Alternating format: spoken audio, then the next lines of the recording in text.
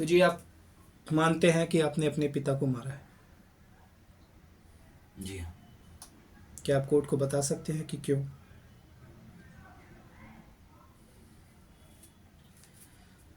Sir देखिए, मेरे हालात ऐसे थे कि मैं चीज़ों को नहीं संभाल पा रहा था।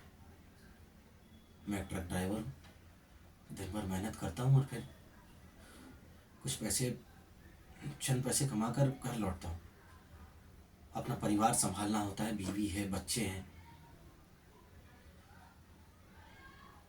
और शायद मैं अपने बीमार पिता का सही तरीके से ख्याल नहीं रख पा रहा था, और मुझे लगा उनके लिए जो सही है वही मैंने किया। उनकी हत्या? जी हाँ सर, उनकी हत्या। ये आपको सही लगा? सर मैंने आपसे कहा ना कि मेरे हालात और मेरी हालत दोनों ही ऐसे थे कि मैं चाह कर भी अपने बाप को नहीं बचा सकता था। आप इसे मेरी मजबूरी मानिए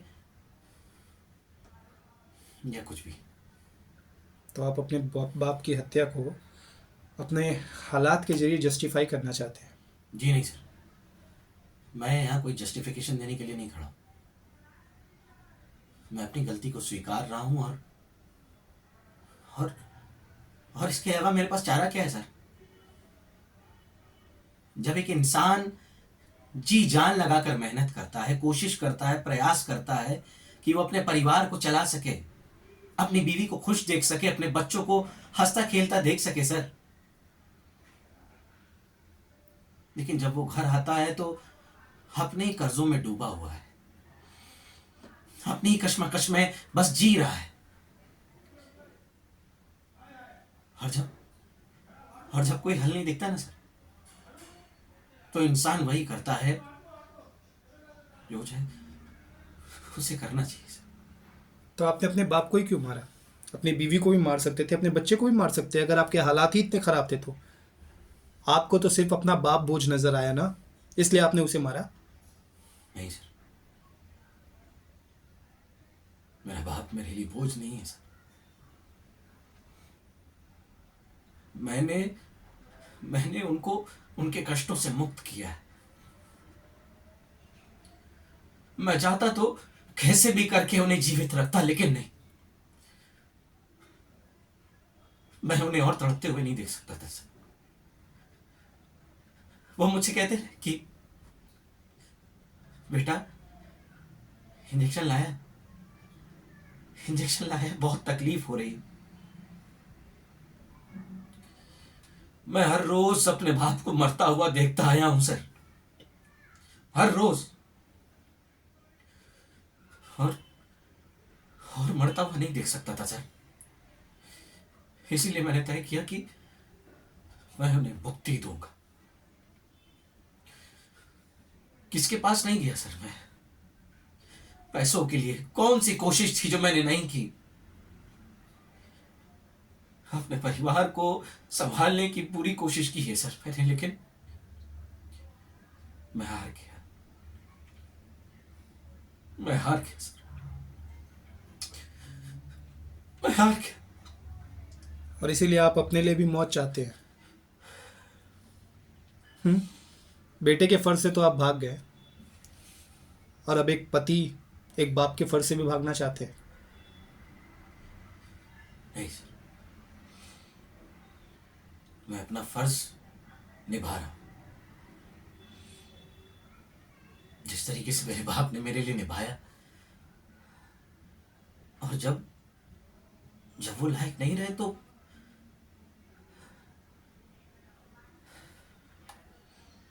पता नहीं सर, मैं बातों को और लंबा नहीं खींचना चाहता।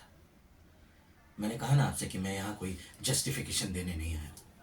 समझ गया। तो आपको लगता है कि आपका बाप अपना फ़र्ज़ पूरा ना कर सका,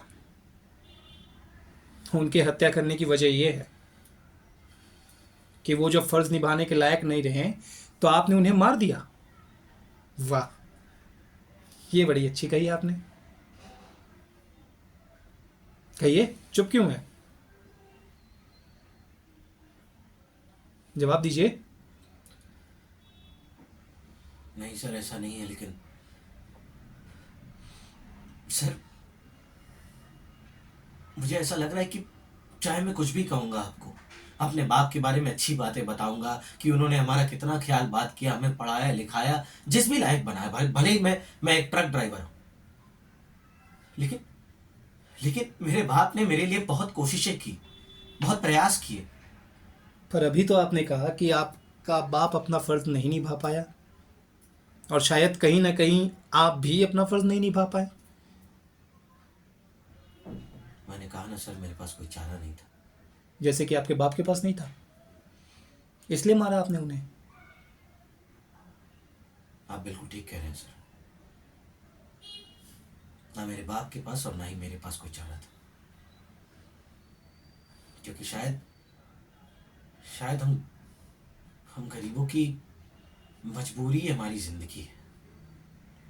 मुझे नहीं पता था कि मैं एक दिन ऐसे कटघरे में खड़ा होऊंगा। मुझे नहीं पता था कि मैं अपने बाप की हत्या करूंगा, वो भी अपने ही हाथों से।